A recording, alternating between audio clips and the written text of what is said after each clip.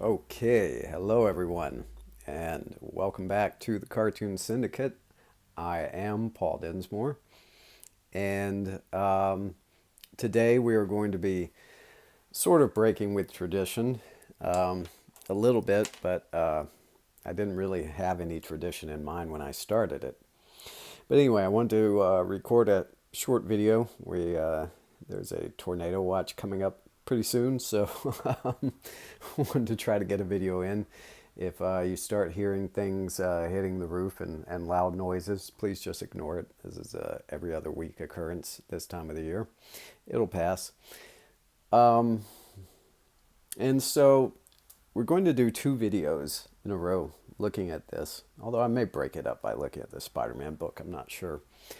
Um, and I wanted to look at Jim Lee today before we took a look at Rob Liefeld. I mean, this is one of those great books that you can study two great artists. And this is kind of like, I don't want to say hitting their prime, because I do consider the prime for them sort of the Image Breakaway days.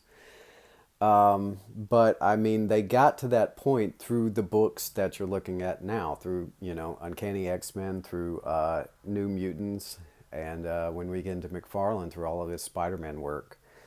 Both his own Spider-Man book and what was he doing? The Amazing Spider-Man before that, right? It was the main book. And so we're going to look at Jim Lee today, even though stylistically I probably have quote unquote borrowed more from Liefeld and McFarlane, especially McFarlane, who was probably my favorite artist back in the day due to the cartoony nature of his work. Um, but I can take a step back from that and admit that Jim Lee is, in my opinion at least, the superior draftsman. Um, if you've ever seen any videos, he's got tons of videos on YouTube, so I recommend you checking them out, where he just busts out, some copy paper or opens a sketchbook and goes to town and tries to teach people how to draw.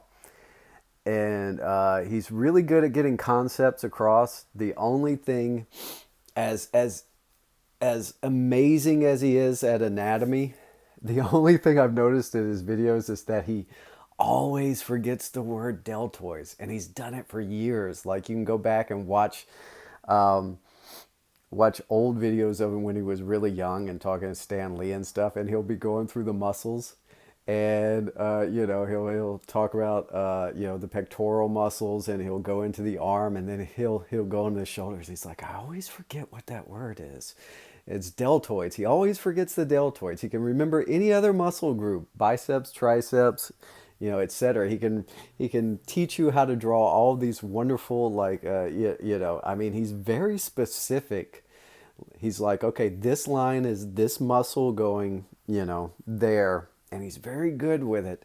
But he always forgets the word deltoids, and he's done it for years. It's very peculiar. But he does have one of those personalities that's, that he has these, which we all have these little eccentricities. Um, so anyway, yeah, I don't want to spend a whole lot of time, on lead up. I really just wanted to go into that. And now the concept that we're going to be looking at today, we're going to be looking primarily at, I've got 4 pages picked out that I think really exemplify, this 90s extreme style. And we're going to focus mostly coming up through all 3 videos on the concept of the money shot. It's like having one panel, at least one panel per page, that makes the reader feel like they're getting their money's worth. Not only that, but I want to show some cinematic, as there's one panel in particular that's such a throwaway panel, and yet I want us to go in it and look at it as as why we shouldn't just consider panels throwaway. Because within this one panel, there is a cinematic precedence, and there's also just stylistic themes that not only tie the entire page together, but make the reader once again feel that, hey, they're getting their money's worth, you know? I mean, if people want to pluck down, there are too many comic book creators out there um, with sort of these that are bordering on sort of personality disorders that like and again, that's not a clinical diagnosis. I'm just saying, you know, that seem to be, again, that might take away some of the liability. And it's like, you know, the reader will read whatever the hell, you know, just give me your money. And it's like, no, give people their money's worth, you know, focus on the reader, not on yourself. If I can get anything across, and that's a lesson I've had to learn for years and years and years. I mean, as artists, we want to get our voice and our vision across, but how can we get that across in a way where somebody to wants to pick that up, you know? And I think that message is so much more important than like SEO, than hashtags, than, you know, all these other tricks of the game that are out there right now. And it's like, no, it's a universal thing that's always been there. It's like, focus on your reader. Give them a good time. Give people a good time. Get out of the way, you know? And that doesn't mean don't be satisfied with your art. That means learn to get that satisfaction across where mutual. It's like lovemaking. Let's get controversial here. It's like lovemaking. You know, what was that line from? There was I never watched the movie, but there was a line in a trailer that I had on a VHS tape years ago where Alec Baldwin, of all people, said, you know, it's like, actually, I don't know if I want to use that phrase or not. But anyway, the idea is that lovemaking isn't over until everybody gets their cookies. Let's paraphrase it. And so, that's the thing. Comics are the same way. You know, artists and readers should both, and when I say artist, I mean artist, writer, inker, everything. I'm assuming that I'm primarily talking to people who are geared towards creating their own comics. And so I think of us as creators, because, you know, we're pretty much doing everything, especially if you're, like I said, as antisocial as I am. You pretty much have to do everything yourself. You know, even though I would recommend working on becoming more of a team player and getting out of your ego and getting out of yourself. And I think that was what was really good about these guys. You know, we can say that, hey, you know, their egos caused them to break away from Marvel, but that's not really the case. Marvel's ego itself caused them to break away. And it wound up being good for the entire industry, man, because we learned that because the giant monopoly got loosened, at least. I know it kind of got folded back in. I mean, we talk about Jim Lee. I mean, he's basically in charge of DC these days. And so we and you know, a lot of the Image titles got folded back into DC, and we had some very weird combinations of like you know, Rob Liefeld getting mixed with Alan Moore, like, here, go try that out. Like, wow, what the fuck? Or like, you know, Rob Liefeld and Alan Moore working on Jim Lee's properties or something like that, or Jim Lee working, you know, we got all these weird peanut butter and chocolate mixtures, that are interesting, if nothing else. And we should take a look at some of those one day. Um, so right now I'm trying to break out mostly my trade paperbacks and stuff. These days I tend to primarily buy things in trade paperbacks unless it's like an independent artist or something like that. Then I want to get uh, the single issues. But for the most part, if it's, Marvel, DC stuff, I pretty much wait for the graphic novel or the trade paperback or whatever, the collection. Um, Now, before you ding me on this, because I know that I'm always pointing out, how shitty the condition of my books are sometimes. That's usually because like I said, I store things in a storage building that's way out in the country, and so you never know, for years at a time due to various moves and life shaking up and things of that nature. But this one, which includes the hole in the cover that you can't notice until you open it, I bought at a garage sale. A neighbor of mine, I knew she would have some good stuff, and I went over there, and her older son, she had convinced to sell part of his collection, so I got a lot of good stuff out of that, and he got a lot of money, and we both felt good. Um, so anyway, so this was like this when I bought it. So before you ding me on that, this time, not my fault. It's actually in the same condition as when I bought it, I think. don't don't hold me to that too much. All right. So that is the long lead up. Now let's get in. Look at that cover, man. I mean, there's a reason these artists were so popular back in the day. Okay, and it wasn't just a fluke.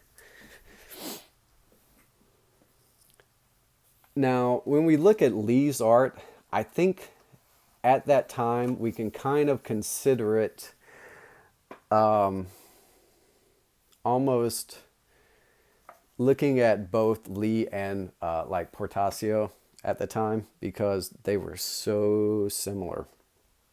Okay, I'm gonna do my best. I might should have zoomed in on this, but right off the bat, we have the money paid, the money shot. Okay, we're looking for the money shot. Now I want to look at flow. Jim Lee sometimes gets dinged on pacing, flow, etc. So do a lot of the 90s guys, and we will definitely ding them when they need to be. Although remember, as much as we can say, these guys moved product. These guys made money. These guys made tons of money. I mean, Jim Lee's X-Men, is it still the best-selling comic book of all time?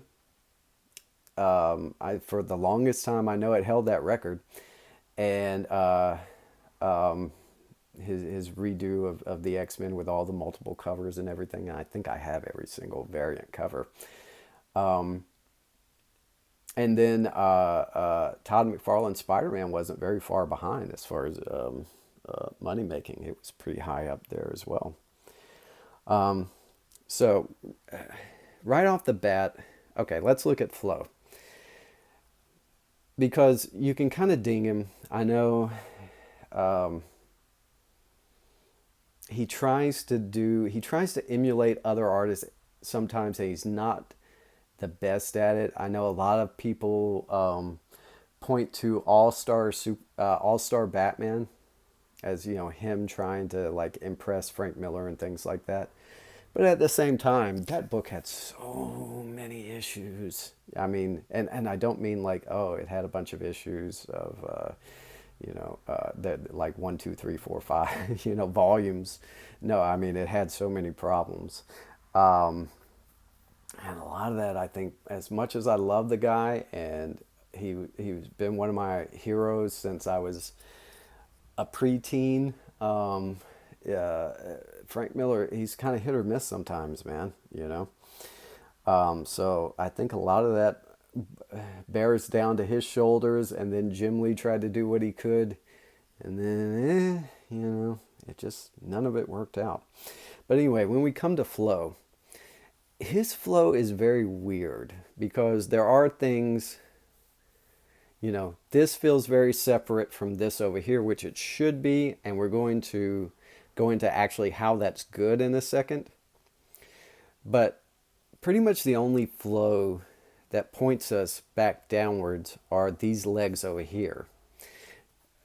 I mean, this points us already, and that's kind of the problem, because you almost don't want to go over here, you know, which would be fine since all of the text and exposition and everything is focused on these guys. But still, even this leads us back down here, luckily. But you almost want to miss it. Now, the prepubescent or the teenage money shot might be right here, you know, might be considered right there. But we're going to call this nice establishing shot here our money shot, because I think it is very well done. It's very subtle, like the line weights on these two characters that do draw them away from everything else are ever so slightly thicker, mostly at the bottom, than anything else. This is slightly less thick, and then we get to very thin in the background. And of course, that's helped out by much less detail back there, almost kind of reverse silhouettes like negative spaces.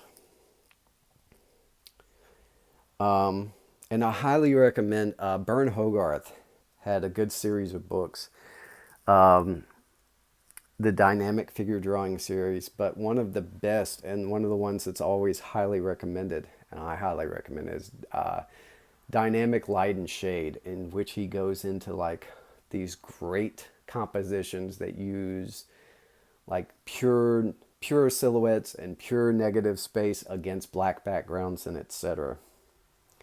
And it's really food for thought. All right. So right now we're just looking at flow and showing that Jim Lee is good at flow. Following the eyes over here. Everything is geared down towards here. Okay. This character is looking over that way. All right. Our eyes move. Yeah, I mean, again, if we're teenagers, our eyes are automatically like we you know, we might not have even read the rest of the page. We just focus on, you know, the butt shot. But, you know, it is geared towards guiding us this way to this offset panel, which is one of the 90's extreme things that sometimes works, sometimes doesn't work, but I enjoy it here because it does help us get a little more indication of this character's mood than just, you know, the crack of her ass. All right, moving on. Here is a page that I don't think works as well as it should. Okay, this is pretty much the only one that I can really ding him on, and even it, I'd have to go in and figure out how I would do it differently. But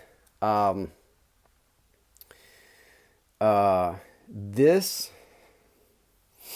you know, the open panel and everything, and everyone looking straight out at you gives very little indication of flow towards anything else. You can say that, you know, the position of these bodies helps guide us down here, sort of. But generally, that openness coming in, straightforward looking, and then all of these lines here automatically guide us over here when we're actually supposed to come over here.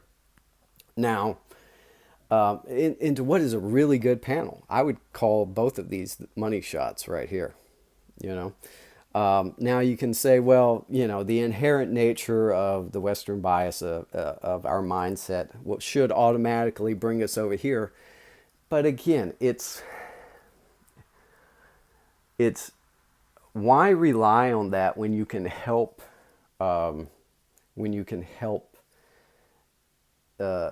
speed that process along, make it more fluid, rather than trying to hinder it, where, you know, we have to fight our own nature, which is automatically drawn down to this admittedly very awesome panel. But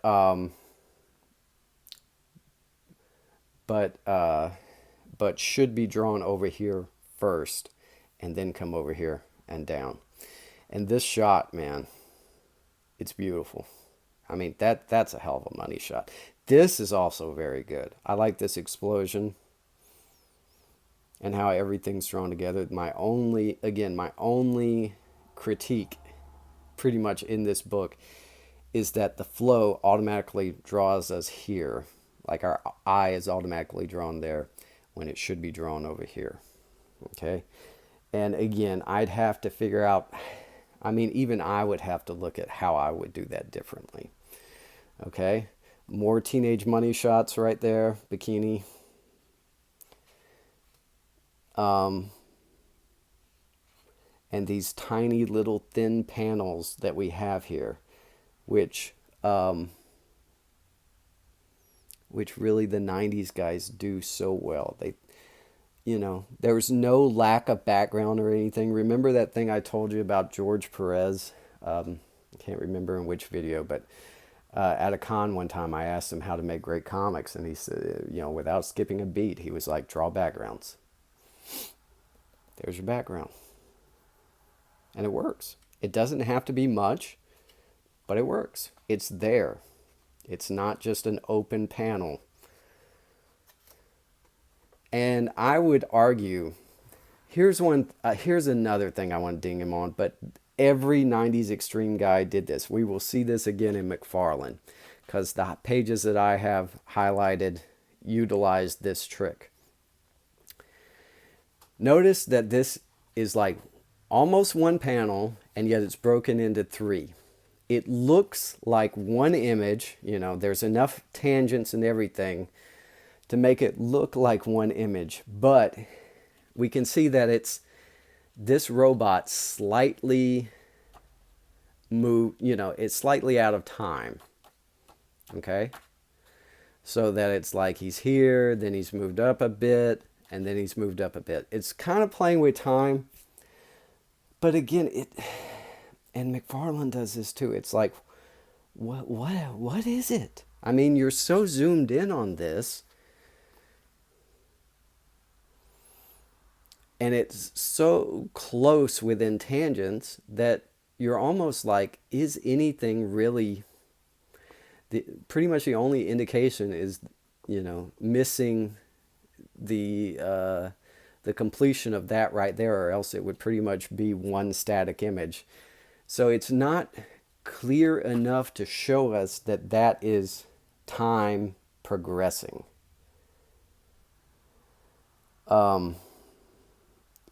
It just has never worked, and they all do those. And it's the same. The background's the same. Everything's pretty much the same. It's just this is slightly offset.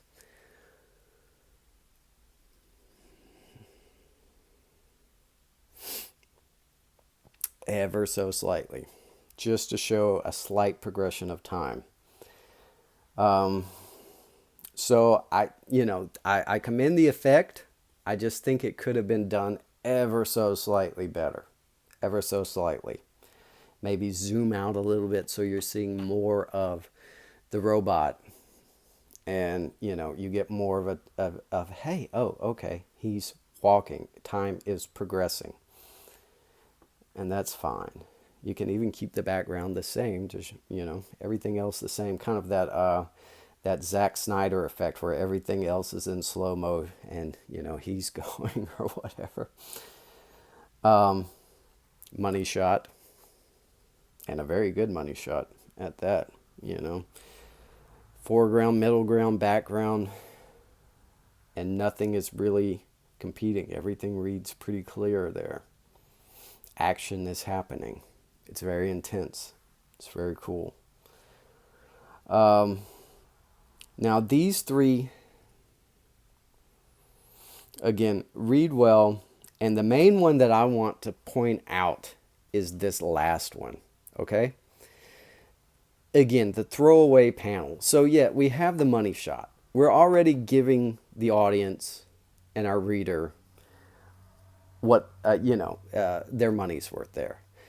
But why in that? Even on even on this, this is a great way of doing it. Part of me wants to say, oh, zoom out a little bit and, show more of the guns because these are really cool guns and things, but you don't really need it. If you're just going to show a fist, make sure it's a badass fist, All the little markings and stylistic stuff, this is where that really comes into play and works in your favor. Because, again, it's just a still of them their hands, fists grabbing guns. But again, they're badass fists. They're very well done. The reader still feels like, oh yeah, I got my money's worth. And the other thing is, it feels like one of those James Cameron montage scenes where like they're gearing up and preparing for battle. So like you would have those little stills of just like a fist grabbing a gun. And it's clear enough. It reads, no problem. So thank you, Mr. Lee, for, not assuming that is just a throwaway panel, but actually putting some heart into it. Okay, once again, we have our money shot, plenty of action, another bikini, good to go. Everything flows pretty well here. The good thing about flow is that once you can guide if you have one of these long vertical panels, if you can successfully guide them down to here, then the other three panels are almost a gimme, because you're automatically, once you're guided over to this, you're automatically going to go down. And, there's almost no hindrance to that flow that you could possibly do. Okay.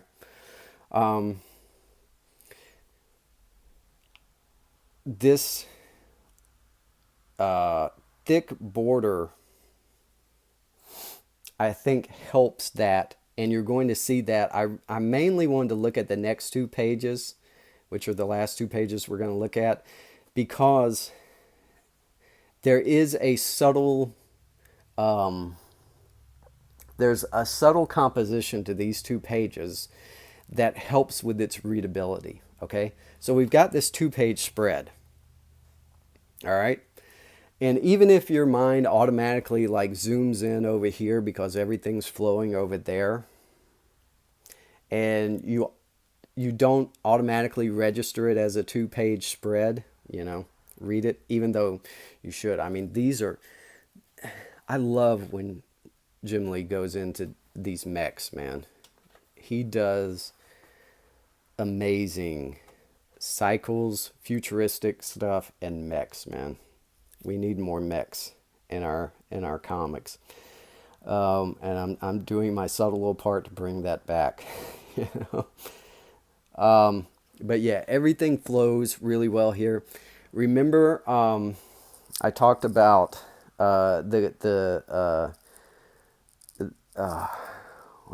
framed ink and frame perspective guy, who, make sure your perspective and your action and everything is flowing in one direction. It works, man.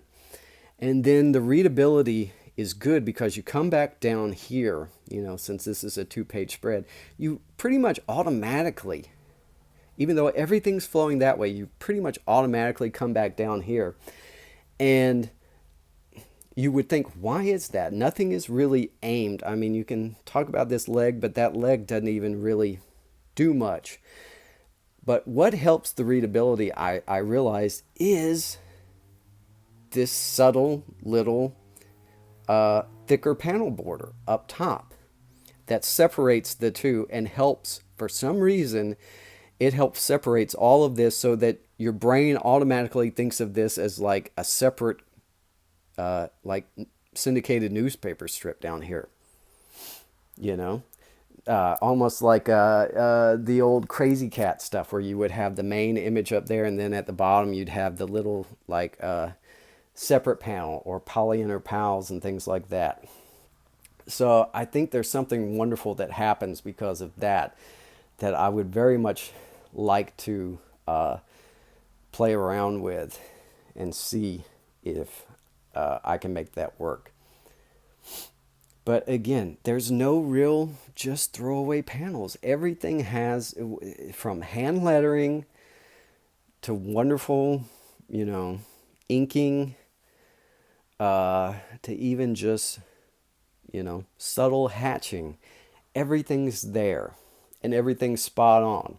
Like that's kind of the difference between and as much as I hate to say it, and trust me, I will be throwing out many more positives within the next video if we do look at Liefeld. But that's the difference between like a Lee and a McFarlane, even because McFarlane had that background in architecture, right? And Liefeld, because man, if if I break out that Deathstroke comic again, you remember the one where I looked at the little undeveloped arm that he did that's supposed to be foreshortening? Man, there's some more terrible stuff in that book because, and that's I like to think of that as Liefeld when he doesn't care. He's just like whatever, just, who cares? But the backgrounds are like I remember there's Deathstroke.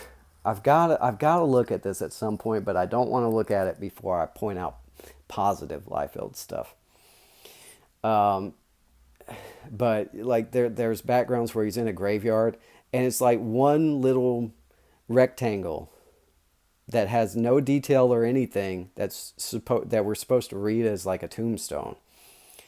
And it's just like awful. And yet here, we have all this elaborate like metalwork and fittings and everything in there, showing like a vault door or something like that. So there's no just throwaways. Everything's a gimme. We have our money shots for sure. I mean, that is, if you want a money shot, it doesn't get much more on the money than that. But even throwaway panels have, just enough stylistic integrity that we're not going, man, I want a little bit more for my money, So, again, hopefully hopefully that helps you kind of helps us all, because I mean, as I look at this, I gain more appreciation for these guys that I've held in esteem as well. Again, I hope this inspires you to break out your comics and go, man, let me find some of this good stuff that I can learn from. Why do I like this book? Look at the books and even pull out the Alan Moore trick, which is like one of the best things that everybody always highlights within his writing for comics. Alan Moore tells you to read crappy comics more than the comics that you love, because you'll go through and again, like pulling out Deathstroke, Liefeld's Deathstroke. It's, and again, that's not a crack on Liefeld. Love the guy. We're going to look at so many positives within the next one. But you learn more because your brain automatically hones in on, man, how would I change that to make that good? What would I do instead? And it's sort of like the thing where I did in the Kirby video, where I, compared and contrasted that the super cycle, Big Bear on the super cycle with Lobo on his little motorcycle, so that we could look at that foreshortening difference and how Kirby did it so much better than Liefeld in that particular instance. I need to find some good instances where Liefeld did it well as well. But yeah, just break out your comics, good or bad. Learn from the good stuff, see what you can kind of like subtly swipe, or like that book came out years ago, Steal Like an Artist, so that you're inspired by things. and what you would do differently, and like, hey man, that's not working. How can I make that work? Okay. Um,